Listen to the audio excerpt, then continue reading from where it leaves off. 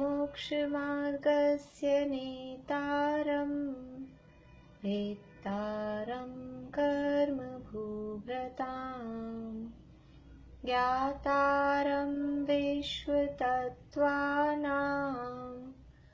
वन्दे तद्गुणलब्धये वन्दे तद्गुणलब्धये। मोक्षमार्ग के नेता एवं कर्म पर्वतों के भेदक और विश्व के सब तत्वों के ज्ञायक चेतन संवेदक सद्गुण आप समान प्राप्त हो यही भावना भाकर देव विनय पूर्वक करूं वंदना बारंबार जिनेश्वर देव बारंबार जिनेश्वर देव। तत्वार्थ सूत्र के चौथे अध्याय के आधार पर हमारी चर्चा चल रही है और इसमें ज्योतिष लोक का वर्णन हम देख रहे हैं। ज्योतिष देव 5 प्रकार के होते हैं, सूर्य, चंद्रमा, ग्रह, नक्षत्र और तारे। और पृथ्वी से समतल भूमि से 790 योजन से लेकर 900 योजन तक इनका स्थान होता है। ये ज्योतिष देवों के विमान हैं और मध्य लोक में ही इस तरह से 110 योजन में ये समस्त ज्योतिर्लोक फैला हुआ है पूरे असंख्यात द्वीप समुद्रों में। मोटाई में देखेंगे तो मोटाई में 110 योजन है, 790 योजन से 900 योजन। लेकिन विस्तार में देखें तो पूरे मध्य लोक में ये ज्योतिष लोक फैले हुए हैं असंख्यात द्वीप समुद्रों में। अलग अलग संख्याओं में सूर्य और चंद्रमा का परिवार, तो ऐसे असंख्यात चंद्रमा स्वयं रमण द्वीप तक जाते रहते हो जाते हैं। कल हमने बात देखी थी सूर्य की और चंद्रमा की गलियों के संबंध में। सूर्य का और चंद्रमा का पूरे ही सभी ज्योतिष विमानों का एक निश्चित परिक्रमा का पथ रहता है। चित्रांटी अभी 2 मिनट वेट करिए। एक परिक्रमा का पथ रहता है और उस परिक्रमा के पथ को उनका संचार क्षेत्र कहते हैं। सभी ज्योतिष देवों का अपना अपना संचार क्षेत्र, और संचार में से स को हटा देते हैं, वो 4 क्षेत्र, उनका 4 क्षेत्र कहा जाता है। वो अपने 4 क्षेत्र में ही गमन करते हैं। जो उनका 4 क्षेत्र है उसमें गमन करते हैं। सूर्य के गमन की 184 गलियां हैं और चंद्रमा के गमन की 15 गलियां हैं। और दोनों का संचार क्षेत्र, सूर्य का और चंद्रमा का, दोनों का संचार क्षेत्र कितना है टोटल एरिया? तो टोटल एरिया है 510 योजन। 510 योजन का टोटल एरिया है और उस 510 योजन में से 180 योजन तो है जम्बूद्वीप के अंदर और 330 योजन जो उनका एरिया है गमन का वो है लवण समुद्र में। इस तरह से जो जम्बूद्वीप के सूर्य हैं, जम्बूद्वीप के सूर्य जम्बूद्वीप में भी गमन करते हैं और लवण समुद्र में भी गमन करते हैं। जम्बूद्वीप में 2 चंद्रमा हैं और 2 सूर्य हैं और दोनों चंद्रमा और सूर्यों की स्थिति क्या रहती है कि दोनों हमेशा एक दूसरे के आमने सामने होते हैं, बिल्कुल अपोजिट साइड में, अपोजिट डायरेक्शन में। जैसे जैसे ये 2 आमने सामने हैं, एक घूमता है तो दूसरा भी उसी हिसाब से घूमता है और दोनों हमेशा एक दूसरे के आमने सामने रहते हैं।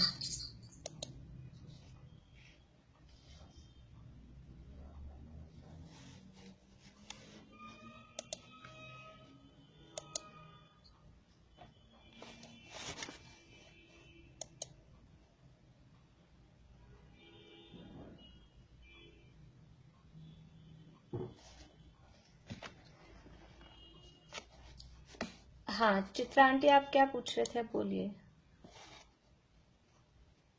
नहीं, वो तो दूरी बता रही थी। हाँ वो अभी मैं पूछती हूँ। चलिए, कल हमने आपको प्रश्न दिया था कि जो यदि सूर्य पहली गली में है तो उस पहली गली में सुमेरु पर्वत से कितना दूर है, और यदि अंतिम गली में है तो अंतिम गली में सुमेरु पर्वत से कितना दूर है। दो सूर्यों की गैप, दो सूर्यों में अगर पहली गली में है तो कितना डिफरेंस है दोनों में, और अंतिम गली में है तो कितना डिफरेंस है। कौन कौन बताना चाहते हैं? हैंड रेज कर लीजिए आप लोग, तो मुझे पता लग जाएगा। पूछना तो सबसे पॉसिबल नहीं होगा, लेकिन कौन कौन बताना चाह रहे हैं? 5, बस 5 लोग, और किसी ने नहीं देखा? बेला जी, आप लोगों ने अभी हैंड रेज करना नहीं सीखा, इसमें कल आपको सिखाया था। हैंड रेज करिए उधर से।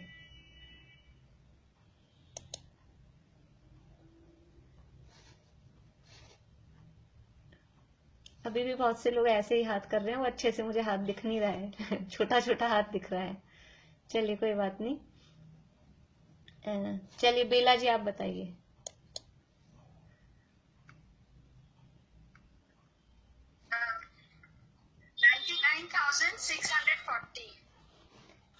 99,640। ये कौन सी विधि में है?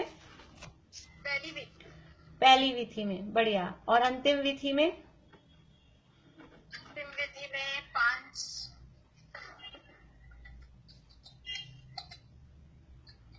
510 प्लस कर देंगे ना। 1,150 नहीं, एक तो आंसर 330। एक आंसर आपका सही है, बढ़िया। चलिए अभी दूसरे के लिए।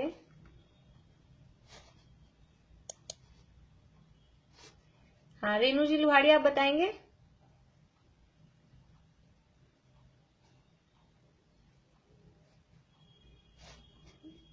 हाँ बोलिए। 1,100,000। चलिए ठीक है। प्रेमलता जी कासलीवाल।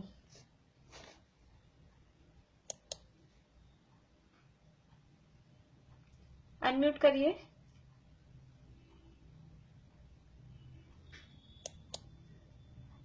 आपका चेहरा भी अच्छे से दिख नहीं पा रहा है, मोबाइल को थोड़ा सा नीचे कर लीजिए।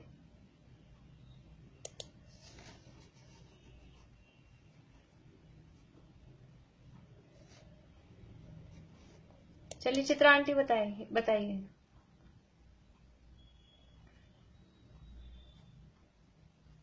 1,00660। हाँ कैसे निकाला आपने? 45,330 को प्लस करके 10,000 और जोड़ दिए 2 बार करके। हाँ चलिए बढ़िया।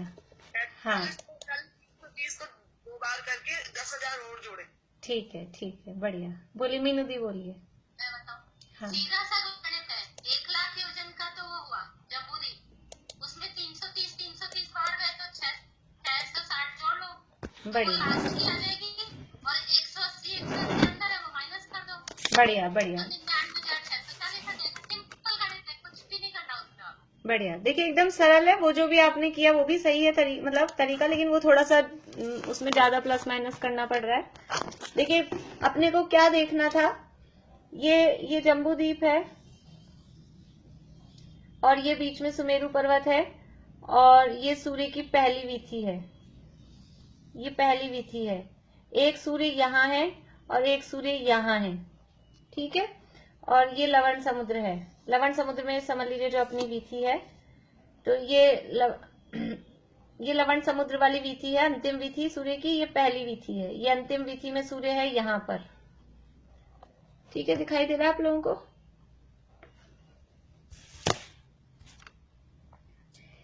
ये तो है सुमेरु, और ये सूर्य पहली विधि में और ये सूर्य है बाहर वाली विधि में। तो अपने को क्या करना है कि ये जम्बूद्वीप की बाउंड्री लाइन है। ये पूरा जम्बूद्वीप तो था 1,00,000 योजन का, पूरा जम्बूद्वीप। थोड़ी सी क्या गलत आप लोगों को कहीं कंफ्यूजन होगा, इस बाउंड्री को अपन थोड़ा छोटा कर देते हैं।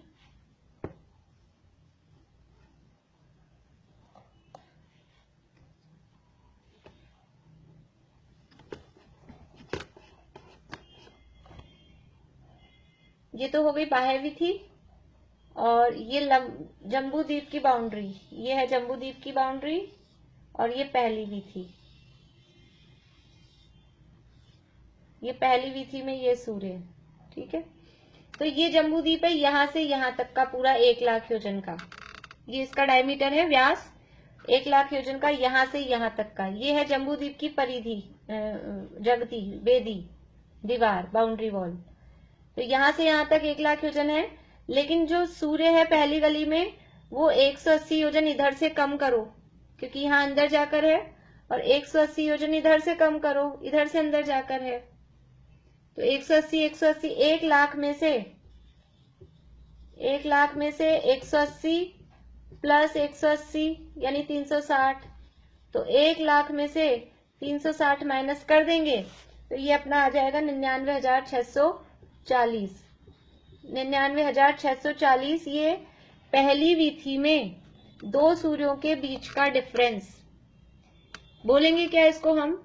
पहली विधि में जम्बूद्वीप के दोनों सूर्यों के बीच की दूरी वो 99,640 योजन है।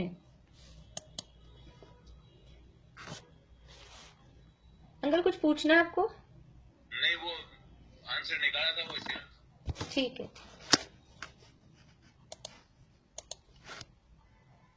तो पहली विधि में दोनों सूर्यों की दूरी आ गई 99,640 योजन। अपन वैसे भी कर सकते हैं, वो जो अपन ने 44,820 निकाला था, फिर उसको दोबारा से जोड़ो, फिर वो 10,000 और प्लस करो, तो उसमें दो बार अपने को प्लस करना पड़ेगा।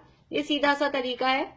यद्यपि शास्त्रों में वही वाला तरीका भी दिया है, लेकिन ये अपने को सरल लगता है कि पूरी जो जम्बूद्वीप का अपने को व्यास है वो 1 लाख योजन पता है। उस 1 लाख योजन में से 180 इधर के 180 इधर के यानी 360 माइनस करेंगे तो ये पहली विधि में दो सूर्यों का अंतर दूरी वो अपने को समझ में आ जाएगी। अब अंतिम विधि है। अंतिम विधि में ये दो सूर्यों की दूरी कितनी है कि अंतिम विधि है यहाँ पे जम्बूद्वीप की बाउंड्री वॉल से अंतिम विधि कितनी दूर है? जम्बूद्वीप की बाउंड्री वॉल से अंतिम विधि कितनी दूर है? बोलिए सुलोचना जी। 330 योजन है। 330 योजन, बढ़िया। जम्बूद्वीप की बाउंड्री वॉल से ये जो अंतिम विधि है ये 330 योजन दूर है। तो 330 योजन इधर और 330 योजन इधर, क्योंकि दोनों सूर्य का देख रहे हैं ना अपन, तो ये 1 लाख योजन तो पूरा है ही जम्बूद्वीप जितना है, यहाँ से यहाँ तक की दूरी तो है ही बराबर, और 330 योजन की दूरी इधर है, 330 योजन की दूरी इधर है। तो 1 लाख में 330 और 330 हो गए 660, ये 660 प्लस कर दिए, 330 इधर के 330 इधर के, तो वो हो गए 1,06,60 योजन।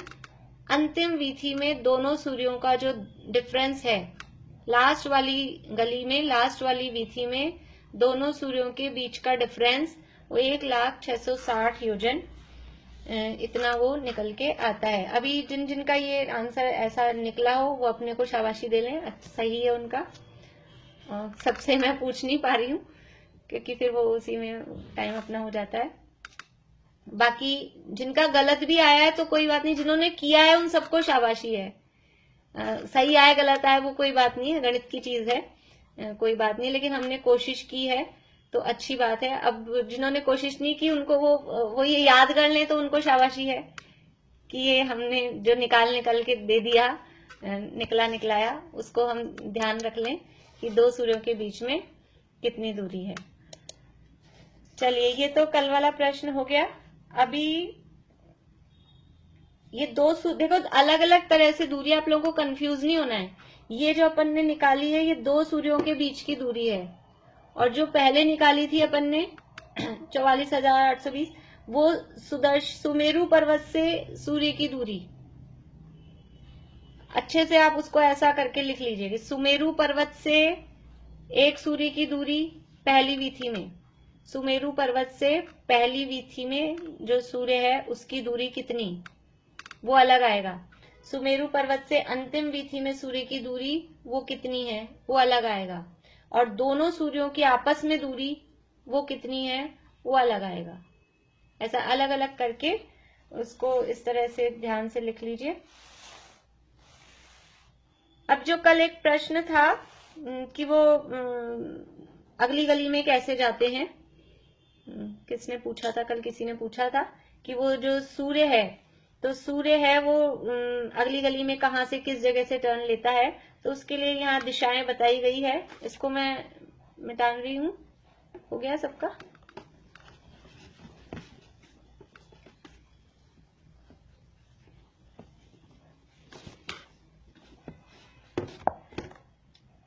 देखिए ये दिशाएं हैं अपनी, ये पूर्व, दक्षिण, पश्चिम और उत्तर। फिर इसके बाद में ये विदिशाएं होती हैं। विदिशाएं होती है ये ईशान, ये आग्नेय, ये नैऋत्य और ये वायव्य। ठीक है, ये 4 दिशाएं हैं। अभी 4 दिशाओं को अपना काम नहीं है तो अपन इनका चाहे हटा देते हैं और केवल विदिशाओं को अपने को देखना है। तो ये जो सूर्य जम्बूद्वीप में चक्कर लगा रहा है, प्रदक्षिणा लगा रहा है, तो वो आग्नेय दिशा से, एक सूर्य आग्नेय दिशा से दूसरी गली में गमन करता है और एक सूर्य है वो वायव्य, क्योंकि आमने सामने रहेंगे दोनों सूर्य। तो यदि एक सूर्य आग्नेय दिशा में है तो दूसरा वायव्य में होगा, कोई अगर ईशान में है तो नैऋत्य में होगा, उत्तर में है तो दक्षिण में होगा, दूसरा पूर्व में है तो दूसरा पश्चिम में होगा। ऐसे आमने सामने रहते हैं। तो ये सूर्य है, एक सूर्य है वो आग्नेय दिशा से अपना, यानी समझ लीजिए यहाँ से उसने पूरा किया और इधर वापस जब आया तब वो अपनी अगली गली चेंज करेगा। और दूसरा सूर्य है वो यहाँ से शुरू करा है और यहाँ वायव्य दिशा में आके वो अपनी गली को चेंज करता है। तो ये दिशाओं के नाम दिए गए हैं, आग्नेय दिशा और वायव्य दिशा। आग्नेय विदिशाएं हैं ये, और वायव्य, इन दिशाओं से ये अपनी गलियों को गमन करते हैं।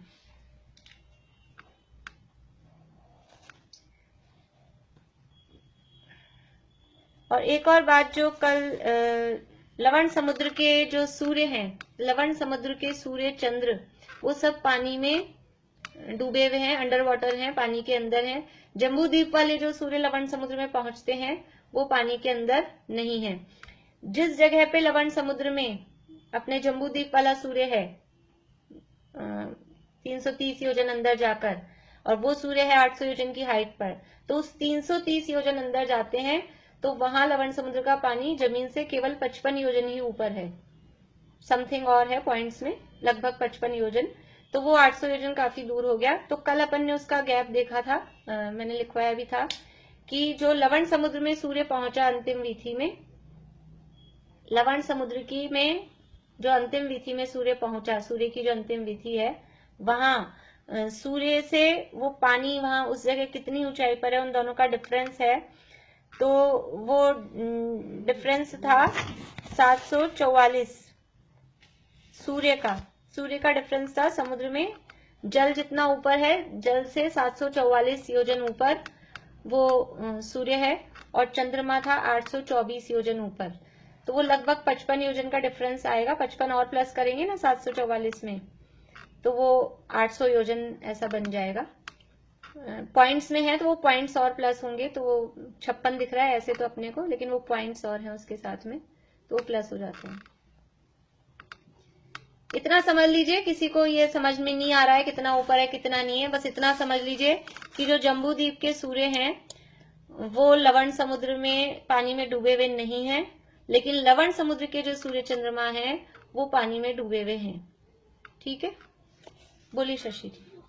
चंद्र का ही पूछना था, ऊंचाई लवण समुद्र में। चंद्र की ऊंचाई तो उतनी ही है,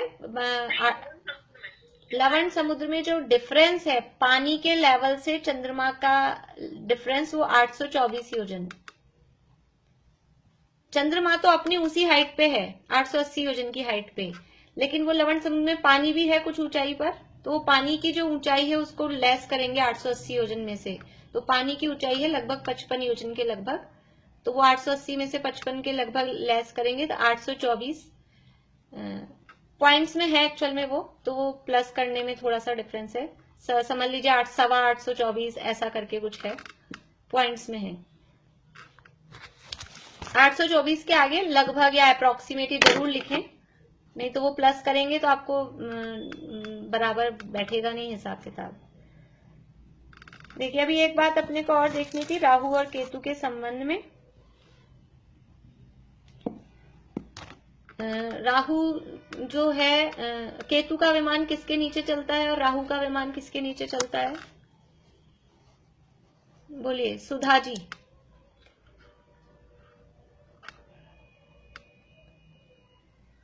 पूछना था, आपने जो बताया ना सूर्य से 744 योजन ऊंचा है, तो जम्बूद्वीप में है या लवण समुद्र में है? लवण समुद्र में। लवण समुद्र में जल से, जल तो पानी तो लवण समुद्र में ही है। पानी से 744 योजन ऊपर सूर्य है और 824 योजन ऊपर चंद्रमा है लवण समुद्र में। लेकिन कौन सा सूर्य? जम्बूद्वीप वाला सूर्य, लवण समुद्र का नहीं। जम्बूद्वीप वाला सूर्य जो लवण समुद्र में पहुंचता है ना घूमते घूमते, जो उसकी गलियां वहां आ जाती है लवण समुद्र में, वो सूर्य। वो 744 योजन ऊपर है। किससे ऊपर है? पानी से ऊपर है ना? पानी से। बढ़िया। मैं आपसे वो पूछने के लिए मैंने आपको बोला था, क्या पूछ रही थी मैं? हाँ, राहु किसके नीचे है, केतु किसके नीचे है? चंद्रमा के नीचे है। क्या? राहु का विमान चंद्रमा के नीचे है। बढ़िया। और सूर्य का विमान केतु के नीचे है। सूर्य का नहीं, केतु का विमान सूर्य के नीचे। सूर्य के नीचे है। ठीक है, बढ़िया। बोलिए परिधि जी। 1 मिनट, हाँ करिए अनम्यूट। अभी यही आंसर दे रहे। ठीक है। चमिला आंटी कुछ पूछना है या आंसर देना है? आंसर देना था, चलिए ठीक है। तो ये राहु और केतु है, तो सूर्य के नीचे केतु का विमान है। जो राहु है, राहु के विमान 2 टाइप के हो, यानी राहु 2 टाइप के हैं, एक पर्व राहु और एक दिन राहु। 2 टाइप के राहु हैं, एक का नाम है दिन राहु और एक का नाम है पर्व राहु।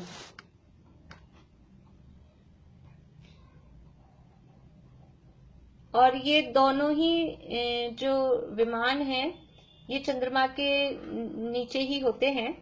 और जो दिन राहु है वो दिन राहु के विमान के कारण, तो जो हमने देखा था कृष्ण पक्ष और शुक्ल पक्ष वाला जो चंद्रमा की कलाओं के घटने बढ़ने का जो कारण कहा था, वो होता है दिन राहु के कारण, यानी दिन प्रतिदिन उसके कारण वो डेली उसके नीचे आता है, इसलिए उसका नाम है दिन राहु। वो डेली उसके नीचे ही रहता है और एक एक दिन एक एक चंद्रमा की कला को ढकता है कृष्ण पक्ष में और एक एक कला को छोड़ता है शुक्ल पक्ष में, तो उसका नाम है दिन राहु। और जो पर्व राहु है, वो पर्व राहु है, वो अपने हिसाब से घूमता रहता है, लेकिन हर 6 महीने बाद में वो चंद्रमा के नीचे आता है। और ऐसे ही जो केतु का विमान है वो भी हर 6 महीने बाद में सूर्य के नीचे आता है। जो केतु का विमान है वो रोज सूर्य के, मतलब सूर्य के नीचे चलता है, लेकिन वो बराबर एक दूसरे के नीचे ऐसे आ जाए कि कुछ कवर करने वाली स्थिति हो, वो 6 महीने बाद में पड़ती है। ये जो ज्योतिष अपने जो वर्णन दिया है ना तिलोय पन्नति वगैरह ग्रंथों में, इतना डिटेल में वर्णन दिया है कि अपन अच्छे से पढ़ ले इंटरेस्ट लगा के 6 महीने तक इसको, तो अपन बन जाए क्या बोलते हैं ज्योतिषी सारे पंचांग वंचांग ये सब बनाना आ जाए अपने को। बहुत वर्णन डिटेल में दिया है, लेकिन वो शब्द ऐसे हैं कि अपने को समझ नहीं आते, इतने शब्द ऐसे लगते हैं, हिंदी के संस्कृत के ऐसे शब्द हैं, मीनिंग भी अच्छे से समझ में नहीं आता है। तो 2 तरह के बता दिए। राहु, दिन राहु है, वो डेली चंद्रमा के नीचे मूव करता है और उसके कारण कृष्ण पक्ष और शुक्ल पक्ष पड़ते हैं। दिन राहु के कारण कृष्ण पक्ष और शुक्ल पक्ष होते हैं। और दूसरा जो पर्व राहु है वो घूमता है और घूमते घूमते 6 महीने में वो चंद्रमा के नीचे आ जाता है। ऐसे ही केतु का विमान है, वो 6 महीने में सूर्य के नीचे आता है और वो कितना नीचे आ पा रहा है, यानी कितना ढक पा रहा है, उस हिसाब से वो ग्रहण की स्थिति पड़ती है। पूरा का पूरा ऐसा कर ले ऐसा ग्रहण बहुत कम होता है, रेयर। बाकी कभी थोड़ा बहुत, कितनी देर के लिए रह रहा है उसके नीचे और कितना कवर कर रहा है उसको नीचे से, कितना भाग उसको ढक पा रहा है, उसके आधार पे ग्रहण वाली स्थिति पड़ती है। तो ग्रहण के लिए वो पर्व राहु वो वाला है, और डेली जो कृष्ण पक्ष और शुक्ल पक्ष जिसके कारण होते हैं वो होता है दिन राहु। ये राहु और केतु के संबंध में ये और थोड़ी सी विशेष बात थी। इसके बाद में एक और जो कल प्रश्न था कि हमने जो देखा था गमन, सबसे धीरे गमन कर रहा है चंद्रमा, उससे तेज सूर्य, फिर उससे तेज ग्रह, फिर उससे तेज नक्षत्र, और फिर सबसे तेज तारे। ये हमने कल एक सीक्वेंस देखा था इनके गमन का। तो प्रश्न ऐसा आया था कि चंद्रमा को तो तेज चलना चाहिए, सूर्य को धीरे चलना चाहिए, लेकिन क्या है कि दोनों का कवर का एरिया उतना ही है, 510 योजन है, वो एरिया तो सेम दिख रहा है, लेकिन सूर्य के गमन की गलियां हैं 184, तो उसको उतने ही टाइम में वो एरिया कवर करना है, 184 गलियां हैं, और चंद्रमा के गमन की केवल 15 ही गलियां हैं, इसलिए वो तो धीरे धीरे गमन करता है ना। वो केवल 15 दिन, उसको 15 दिन में करना है, और सूर्य को करना है पूरा साल लगता है, उसकी गलियां इतनी सारी हैं। तो वो सूर्य की स्पीड थोड़ी तेज है, चंद्रमा की स्पीड कम है, क्योंकि वो स्लो स्पीड में चलता है। अब चंद्रमा की गलियों में जो गैप आएगा, क्योंकि उतने ही एरिया में चंद्रमा की गलियां 15 ही हैं, उतने एरिया में सूर्य की गलियां 184 हैं, तो सूर्य की गलियों के बीच में जो डिफरेंस है वो कम है, चंद्रमा की गलियों के बीच में जो डिफरेंस है वो ज्यादा है, तो उस हिसाब से वो थोड़ा स्पीड में फर्क पड़ता है। सरोजांति पूछना है कुछ? हाँ, यही पूछ रहे थे कि उसके बीच का गैप ही तो ज्यादा होगा, फिर योजन ज्यादा होगा। हाँ, गैप ज्यादा है, क्योंकि वो 510 योजन में एक अपन ने 15 ही गलियां बनाई, और 510 योजन में अपन ने 184 गलियां बनाई, तो ऑब्वियसली वो गैप में फर्क पड़ेगा ही पड़ेगा। तो चंद्रमा की गलियों में गैप ज्यादा है, सूर्य की गलियों में गैप कम है। और कितना है गैप? अपन को निकालना पड़ेगा, तो डिवाइड करके। हाँ, वो निकालना पड़ेगा। आप जो चंद्रमा का यानी जो 510 योजन पूरा एरिया है, और चंद्रमा का विमान है 56/61 योजन, तो वो पूरा जो उनका एरिया आता है वो 510 सही 56/61, वो और उसमें प्लस होता है, उतना एरिया है। उसमें से 15 गलियों का एरिया माइनस करें, और फिर जो 14 गैप पड़ रहे हैं वो 14 से उसको डिवाइड करें, तो वो एक गैप उसमें निकल के आ जाएगा। ऐसा। चलिए,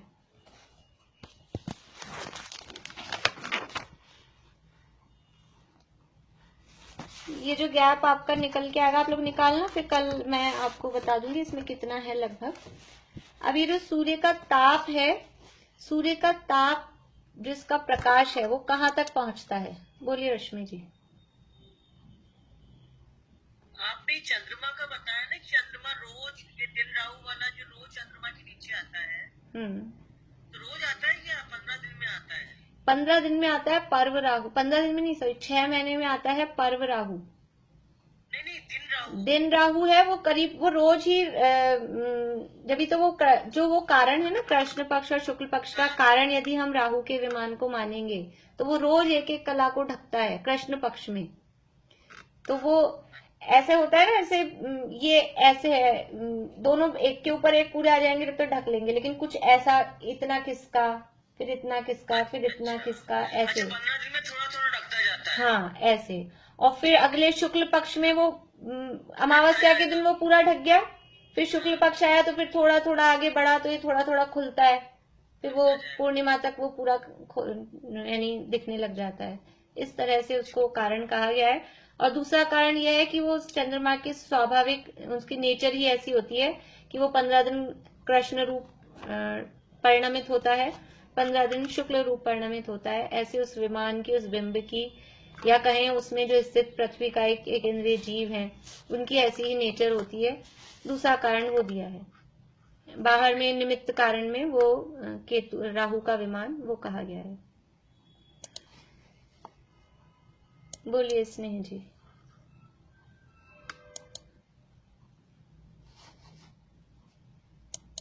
जो आपने बताया था ना कि राहु का केतु और केतु में भी 3 और। हाँ बोलिए, आवाज आ रही है। ये जो आपने नहीं वाला और रात वाला? नहीं, केवल राहु में ही दिन राहु और पर्व राहु है। केतु में तो सूर्य में केवल एक ही टाइप का है, क्योंकि वह सूर्य में तो ग्रहण का ही है, सूर्य में कलाओं को घटने बढ़ने का कुछ काम नहीं है, इसलिए केतु एक ही टाइप का है। चंद्रमा में आएगा? हाँ, केतु एक ही टाइप का है। राहु में दो टाइप के हैं, पर्व राहु और दिन राहु, ऐसे दो टाइप के हैं। अब ये जो सूर्य का ताप है, सूर्य का, क्योंकि आतप नाम कर्म का उदय है सूर्य के बिंब में, तो उसका जो ताप कहें, गर्मी कहें या उसका प्रकाश कहें, ताप ही शब्द उसको कहते हैं, यानी सूर्य की गर्मी, वो कहाँ तक पहुंचती है? दो टाइप से पहुंचेगी। एक तो ऊपर नीचे, ऊपर से नीचे तक कितनी पहुंच रही है, और दूसरा इस तरह से क्या बोलेंगे, तिर्यक रूप में, पैरेलल रूप में कितनी पहुंचती है। तो ऊपर नीचे, ऊपर से नीचे तक कितनी, कहां से कहां तक पहुंचती है? चमेली आंटी बता रहे, बोलिए।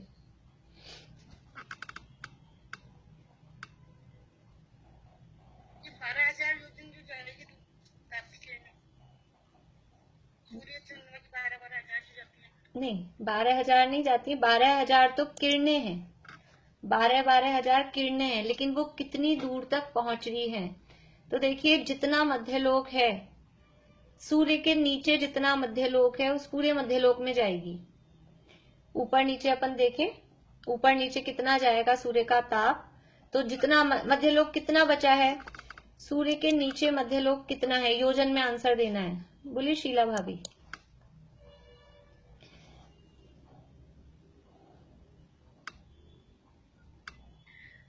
800 योजन। 800 योजन, बढ़िया। और कोई बताएंगे?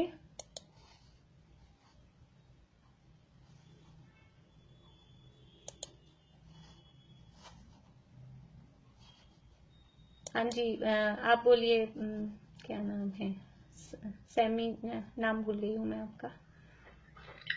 800 योजन। 800 योजन। इसके अलावा जब आप किसी को देना है तो आप हाथ खड़ा कर सकते हैं। मीनू दी का तो पढ़ा हुआ है, बोलिए मीनू दी। बोलिए। 1000 योजन जो चित्रा पृथ्वी है वहां तक। बढ़िया बढ़िया। देखिए, मैंने आपको क्लू दिया था कि मध्यलोक जितना है उतना उसका प्रकाश जाएगा। तो मध्यलोक कितना है? मध्यलोक चालू होता है सुमेरु की जड़ से। 1000 योजन जो चित्रा पृथ्वी में सुमेरु की जड़ है, वहां से मध्यलोक चालू होता है। तो 800 योजन तो है ही, जितना मध्यलोक अपने को दिख रहा है, सूर्य पृथ्वी से 800 योजन ऊपर है, तो उतना तो है ही। उसके अलावा भी सूर्य का ताप नीचे 1000 योजन तक सूर्य का ताप जाता है, तो टोटल हो गया 1800 योजन। सूर्य के नीचे, सूर्य के बिंब से नीचे सूर्य का ताप 1800 योजन।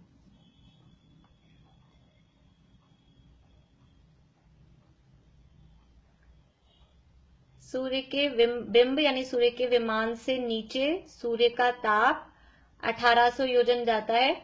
और कैसे जाता है कि 800 योजन तो ऊपर की जो भूमि है वो, और 1000 योजन की नीचे चित्रा पृथ्वी में, इस तरह से 1800 योजन नीचे की तरफ। ऊपर कितना जाता है?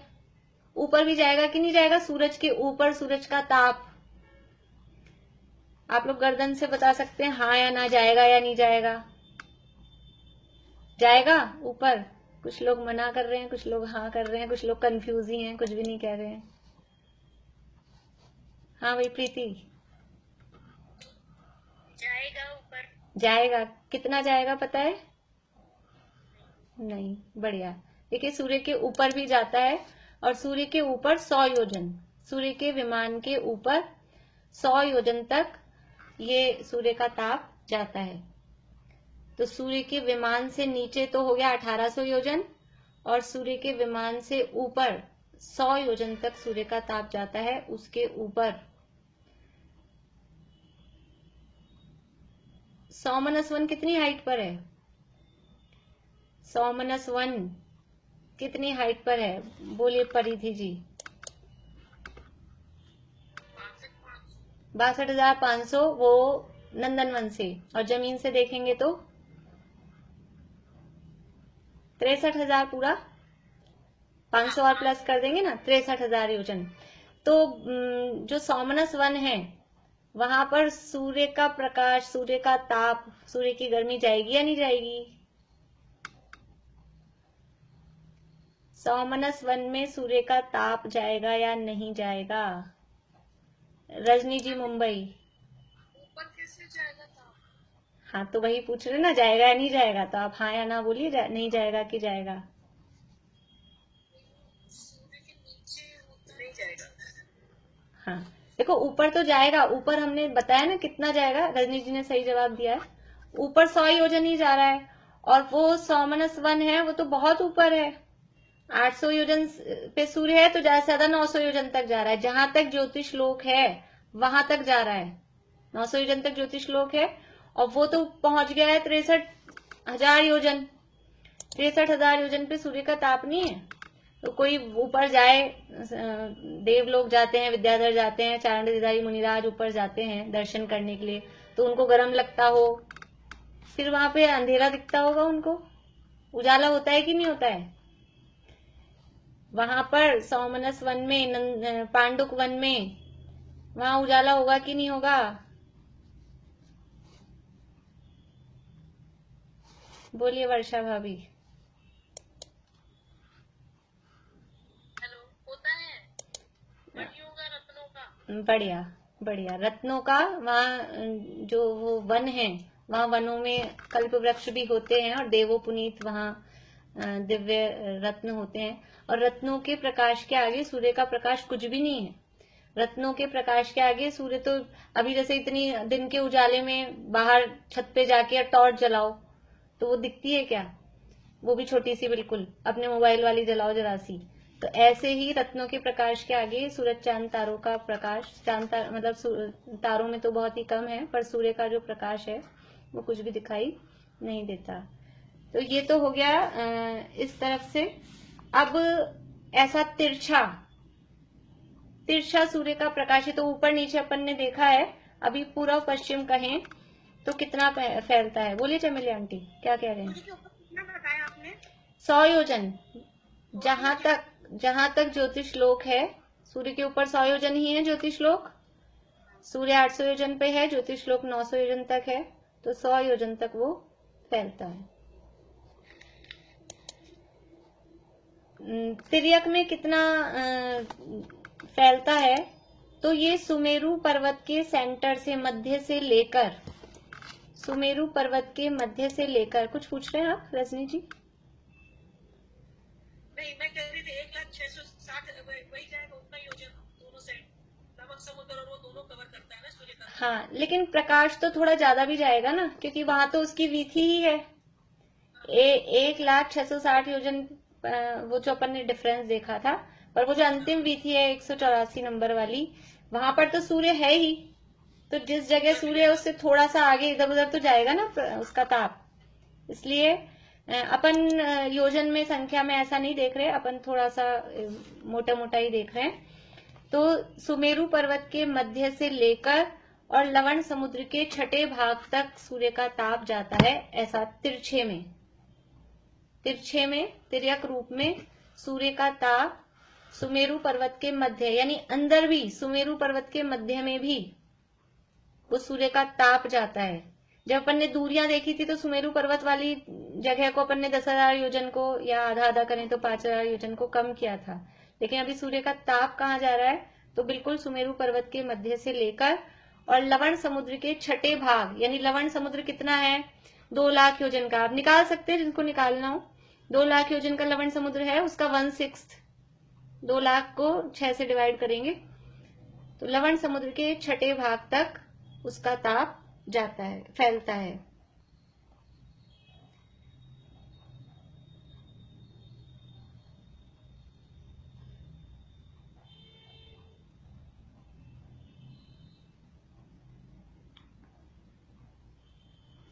अब आगे जो लवण समुद्र, अपन केवल ये जो बात, जितनी भी ज्यादा डिटेल जो है जम्बूद्वीप के जो सूर्य चंद्रमा है उनके हिसाब से अपन ने डिटेल देखी है। लवण समुद्र, धातकी खंड, कालोदरी और पुष्करार्ध में अपन ने उनकी संख्याएं देख ली है। लवण समुद्र में कितने सूर्य चंद्रमा हैं? बोलिए कुसुम जी अजमेरा। लवण समुद्र में कितने सूर्य चंद्रमा हैं, बता सकते हैं? प्रमिला चाची जी बोलिए, अनम्यूट करिए। 2 आंसर सही नहीं है। नहीं, हाँ प्रमिला चाची, हाँ फिंगर से दिखा रहे हैं, सही है। ये तो आंसर अपन फिंगर से भी देख सकते थे। 4 लवण समुद्र में 4 सूर्य हैं और 4 चंद्रमा हैं। ठीक है, बढ़िया। अभी आगे कौन सा है? आगे जो द्वीप है उस द्वीप में कितने सूर्य चंद्रमा हैं? आयुषी जी बोलिए, आगे वाले द्वीप का नाम। धात्रीखंड द्वीप है, हाँ, इसमें 12 सूरज है, 12 ही चंद्रमा है। बढ़िया, 12 सूर्य और चंद्रमा है। ठीक है, इसके बाद में क्या है और उसमें कितने कितने हैं? आभा आंटी। कालोदधी समुद्र है, उसके अंदर 42 है। 42 सूर्य चंद्रमा है, बढ़िया। इसके बाद में क्या है, उसमें कितने हैं दीपिका जी? पुष्करार्ध द्वीप है, उसमें 72। हाँ, बढ़िया। सूर्य और चंद्रमा। आपने अच्छा बोला, पुष्करार्ध, पुष्कर द्वीप नहीं बोला, क्योंकि पुष्कर द्वीप में 72 नहीं है। अभी पुष्कर द्वीप में आगे अब बढ़ेंगे। ये तो जो 2.5 द्वीप है ना, आधा पुष्कर द्वीप, उस आधे पुष्कर द्वीप में 72 सूर्य 72 चंद्रमा है। आगे का हिसाब अब अलग चलेगा, क्योंकि बाहर वाले सूर्य चांद हैं वो बहिरावस्थिता, वो अवस्थित हैं, वो गमन नहीं करते हैं। और उनका क्या सिस्टम है, वो सिस्टम उनका अलग है। किस किस संख्या से कितनी कितनी संख्याओं में आगे वृद्धि होती जाती है। और आगे नंदीश्वर द्वीप तक करोड़ों सूर्य चंद्रमा हो जाएंगे और स्वयंभू रमण समुद्र में पहुंचेंगे, वहां तक तो असंख्यात सूर्य असंख्यात चंद्रमा। और फिर एक एक चंद्रमा के परिवार में वो तारे कितने हो जाएंगे, वो सारे हिसाब आप लगाते रहना। तो ये इतनी इतनी इनकी संख्या है। अब इनका जो गमन क्षेत्र है, वहां किस हिसाब से इनका गमन क्षेत्र होता हो। आप लोगों ने अगर पूछने के लिए हैंड रेज करे हैं तो ठीक है, मैं एक बार लोअर कर रही हूँ आप लोगों के। अब जिनको पूछना है तो हैंड रेज करिए। चमिली आंटी, आपको पूछना है, बोलिए।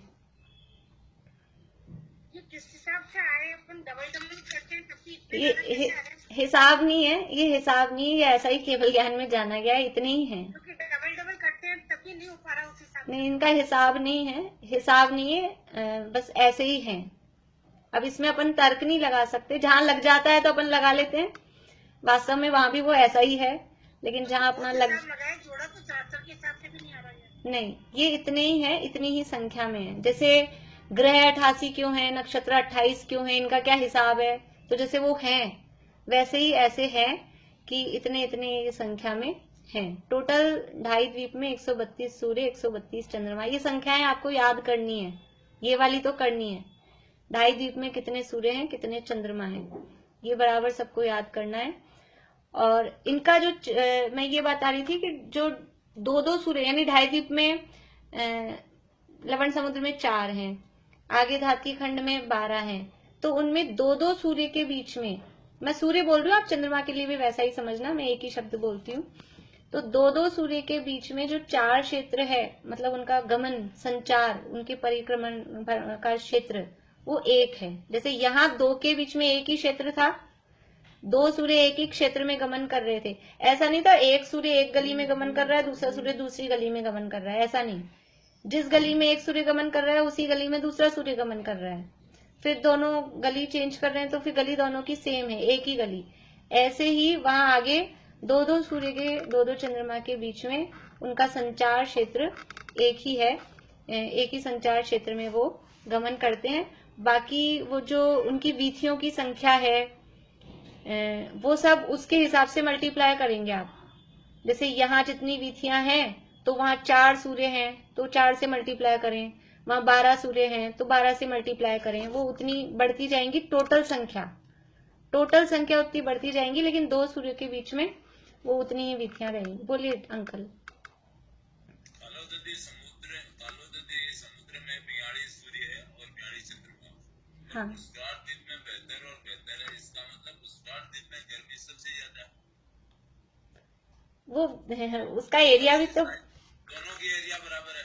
नहीं, एरिया बराबर अपने को वो दिख रही है डायमीटर, लेकिन आप देखिए ना, वो गोला तो बढ़ रहा है ना, परिधि उनका सर्किल बड़ा हो रहा है कि नहीं हो रहा है?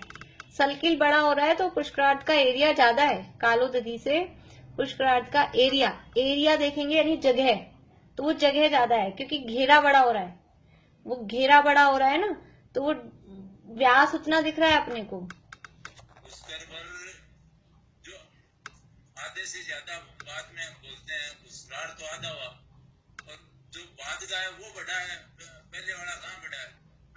कालो दधी से तो बड़ा है ना, कालो दधी को पूरा कवर किए हुए है तो उससे बड़ा होगा कि नहीं होगा? आप एक काम करिएगा, एक कागज पे दो गोले ऐसा, दो चूड़ी जैसे बनाइएगा, तो वो एक छोटी एक कालो दधी के लिए और एक उसके लिए, फिर उसको उस पर रख के देखिएगा, वो छोटा आएगा। कालो दधी से बड़ा है ना, इसलिए वो बड़ा है। तो वो गर्मी ज्यादा पड़ेगी ऐसा कुछ हिसाब नहीं है, वो तो जैसे जितनी पड़नी है उस हिसाब से ही होगी। चलिए बोलिए ज्योति जी। दीदी जैसे हमने अगर पहली वीथी में 2 सूर्य लिए तो मतलब हर एक सूर्य 2 दिन में वीथी चेंज करेगा ना? हाँ है ना, 2 दिन में चेंज होगी ना? हाँ, क्योंकि एक वीथी में वो 2 दिन तक रहेगा, एक सूर्य, सिंगल सूर्य। जैसे वायव्य वाला पहले ये आग्नेय आया तो 1 दिन में आया, फिर वापस वायव्य पहुंचा तो 2 दिन हो गए। तो मतलब जो वायव्य पे है वो हमेशा वायव्य से ही चेंज करता है। हाँ हाँ।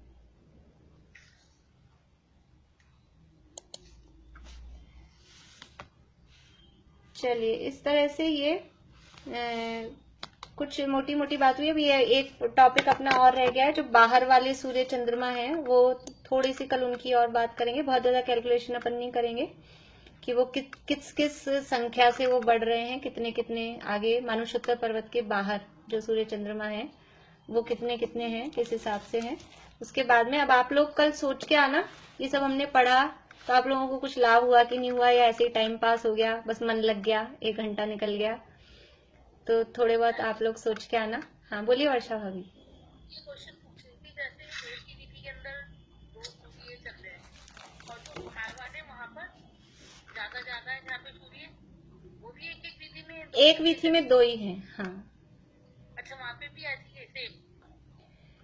हाँ, एक विधि में 2 ऐसा नहीं है एक्चुअल में, मतलब एक विधि में अपन 2 कहेंगे तो वहाँ विधियों का जो सर्कल है उनका वो बड़ा होता जाएगा। अब कितने हैं एक विधि में वो इतना और मुझे देखना पड़ेगा, लेकिन उनका जो संचार क्षेत्र है, 2 सूर्य, एक ही 2 सूर्य के लिए वो 510 योजन का एक संचार क्षेत्र रहेगा ऐसा। फिर अगले 2 सूर्यों का 510 योजन का अलग संचार क्षेत्र रहेगा। वो इस तरह से बताया गया है। पर एक विधि में कितने सूर्य रहेंगे वो भी दिया है, वो काफी डिटेल में है, देखना पड़ेगा, देख के बताऊंगी मैं आपको। तो वो अपनी जगह चेंज ही नहीं करते, वो तो उसी जगह में रहते हैं उसी विधि में? नहीं, वो जो संचार क्षेत्र है ना उनका 184 गलियों का, वो तो चेंज करेंगे ही ना, उतने में चेंज करेंगे, उतने में चेंज करेंगे।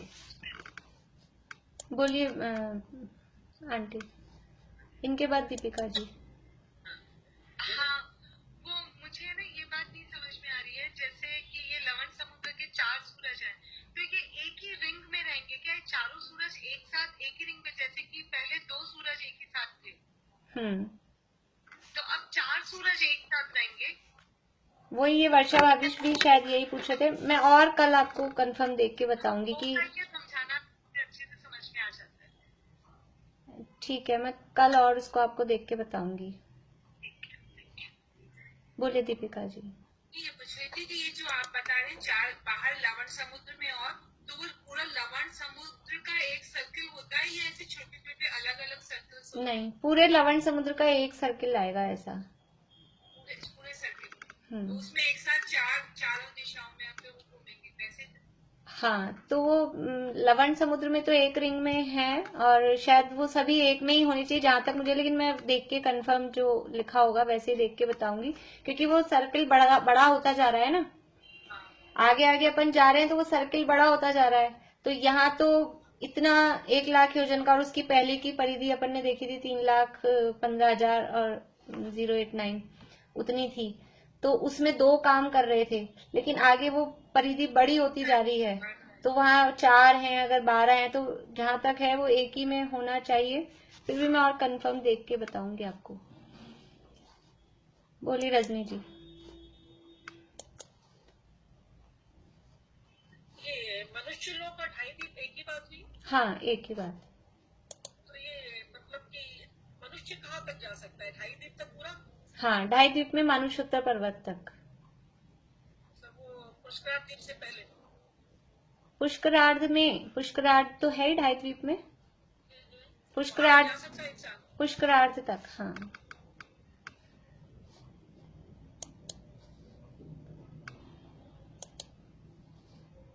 रश्मि जी। हाँ, आपने ये बताया ना कि ये जो 42 और 72 चंद्रमा सूरज है, हेलो, हाँ तो इनकी गमन की वो 510 ही होगी क्या, पूरी जो एरिया है?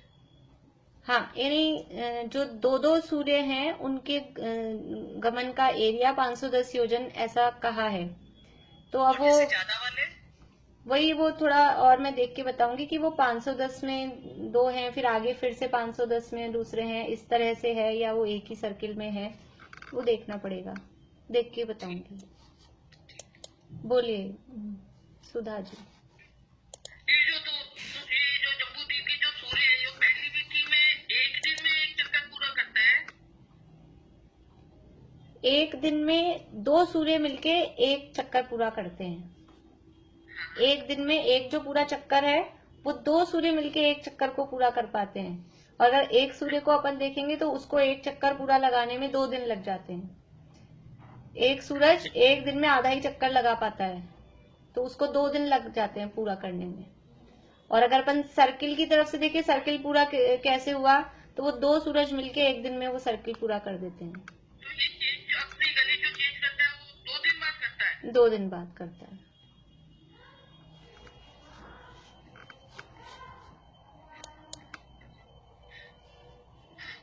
ज्योति भाभी, तो ये मतलब कि 360 दिन लगते हैं इनको पूरा एक परिक्रमा करने में? नहीं, 366 दिन। 180 लिखा ना आपने, 180 विधियां हैं, और ये 2 दिन में 180 नहीं है, 184 वीथियां हैं। 183 दिन में आउटर में जाता है, दक्षिणायन होता है, और फिर 183 दिन में वापस उत्तरायण होता है, अंदर की तरफ आता है। तो 183 प्लस 183 वो 366 डेज होते हैं। तो ये बाहर वाले जो सर्कल इतने बड़े हैं, मतलब वो 2 ही दिन की स्पीड में कंप्लीट? हाँ, वो तभी स्पीड बढ़ती है, बाहर वाले सर्किल पूरा करने में स्पीड बढ़ती है, इसीलिए उसका ताप कम लगता है हमें, इसीलिए तब ठंड होती है। समझ लीजिए अभी बाहर वाली विधियों में है, तो अभी जब ठंड पड़ रही है, इस हिसाब से।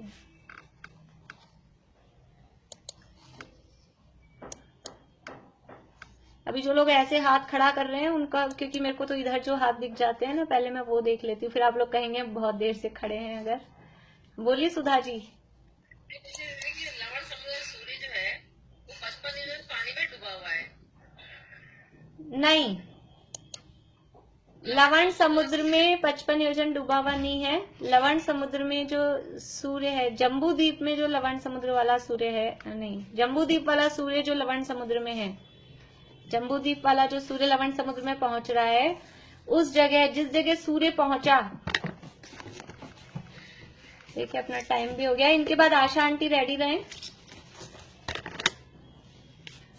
ये जम्बूद्वीप की बाउंड्री है, और ये जम्बूद्वीप वाला सूर्य ये यहाँ, ये लवण समुद्र है, तो ये लवण समुद्र में यहाँ पहुंचा इस जगह। तो इस जगह लवण समुद्र में, और ये है पानी, समझ लीजिए नीचे। तो इस जगह पे पानी की हाइट कितनी है? इस जगह पे पानी की हाइट है केवल 55 योजन।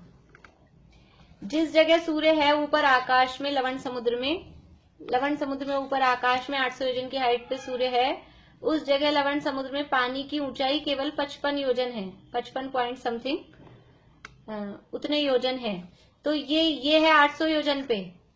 तो इस 800 में से 55 माइनस करेंगे, 55 क्या आप 56 समझ लीजिए, तो वो 744 योजन लगभग उसका डिफरेंस आ जाता है कि ये सूर्य से ये पानी के लेवल का गैप ये कितना है, तो ये 744 योजन का लगभग का गैप है, डूबा हुआ नहीं है। जम्बू द्वीप वाला सूर्य, लवण समुद्र के सूर्य पूछ रहे हैं, लवण समुद्र के सूर्य और चंद्रमा। हाँ लवण समुद्र के सूर्य जो है 55 योजन पानी में डूबे हुए हैं। नहीं, मैंने कल वो कहा था, फिर भी मैंने कल ये कहा था मैं देख के बताऊंगी, तो आज मैंने आपको सही किया है। वो कितने पानी में डूबे हुए हैं वो नहीं है, वो पानी में डूबे हुए हैं, बस इतना मैंने आपको बताया है। और ये 55 योजन वाली जो बात है वो 55 योजन ये यहाँ वाला जल का स्तर है, उसको आप ठीक कर लीजिए। 55 योजन डूबे हुए नहीं है, वो पानी में काफी डूबे हुए हैं। और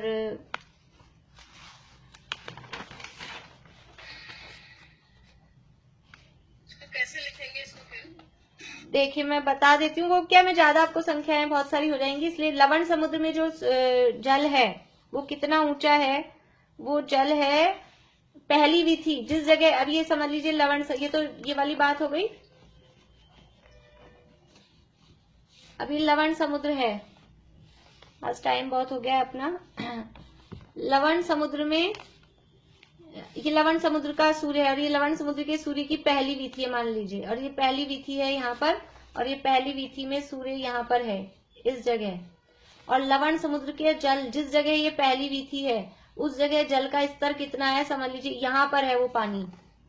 तो उस पहली विथि में लवण समुद्र के सूर्य की जो पहली विथि है, लवण समुद्र के सूर्य की पहली विथि में उसके जल का लेवल वो है 8,420 पॉइंट समथिंग, 8,420 योजन ऊंचा है पहली विथि जिस जगह है लवण समुद्र के सूर्य की। मैं नहीं बताना चाह रही थी आपको ये योजन वोजन की, फिर वो बहुत ज्यादा संख्याओं में आप चक्कर में आ जाओ, लेकिन अभी देख लीजिए। अभी प्रश्न आपके उठते जा रहे हैं, क्लास पूरी करनी है कि नहीं अपने को। रजनी जी बोलिए। आशा आंटी का भी बहुत देर से हैंड रेज था। आशा आंटी आपने अनम्यूट किया है क्या, कहाँ है? हाँ आशा आंटी बोलिए। मैं एक बार ना मुझे ये पहली परिधि में सूर्य को करके एक बार ये क्लियर कर दीजिए, किधर अंधेरा रहेगा और किधर उजाला रहेगा। ये राउंड मारते तो किधर अंधेरा और किधर उजाले का राउंड होता है, ये मेरे नहीं समझ में आ रहा। चलिए अभी कल लेंगे अपन ये बातें, आप कल मुझे याद दिलाइएगा, लेकिन बहुत ज्यादा मैं सही बता रही हूँ कि बहुत ज्यादा मैं नहीं समझा पाऊंगी, कोशिश करूंगी। वो जब तक अपन प्रैक्टिकल नहीं देखेंगे ना कितना खिसकता है वो, तब तक अपने समझ में आता नहीं है, बैठता नहीं है। मोटा मोटा ये पता चले भी कैसे घूम के किधर अंधेरा करता है किधर उजाला करता है। मैं दूसरी विधि में जब टर्न होता है तब कैसे क्या वो कैसे उजाले का होता है, वो मेरे को ठीक है, वो टाइम भी लगेगा, कल अपन देखेंगे। आप स्टार्टिंग में याद दिला दीजिएगा। वर्षा भाभी और पूछी थी जो पैसिफिक कह रहे हो आप लवण समुद्र में, वो यहाँ के जम्बूद्वीप वाले सूरज की बात कर रहे हो ना, 66वीं गली के लिए बात कर रहे हो ना। पहली जो पहले बताया था वो जम्बूद्वीप वाले सूर्य के लिए बताया था, अभी जो बता रही हूँ वो लवण समुद्र वाले सूर्य के लिए बता रही हूँ। ठीक है रजनी जी मुंबई आपको पूछना है? चलिए अभी इतना ही रखिए, इसको कल अपन वापस से लेंगे, फिर टाइम बहुत बढ़ता जाएगा। कल अपन यहीं से वापस शुरू करेंगे, और वो जो आशा आंटी ने कहा है उसको भी कोशिश करेंगे बताने की। और आप लोगों के जो प्रश्न है तो आपको ये लगे कि हम भूल गए हैं, भूल जाएंगे, तो आप लिख के रख लीजिए अपनी कॉपी में, कल पूछ लीजिएगा। बोलिए रजनी जी, आपको पूछना है कुछ? ठीक, अभी अपन जिनवाणी स्तुति करते हैं।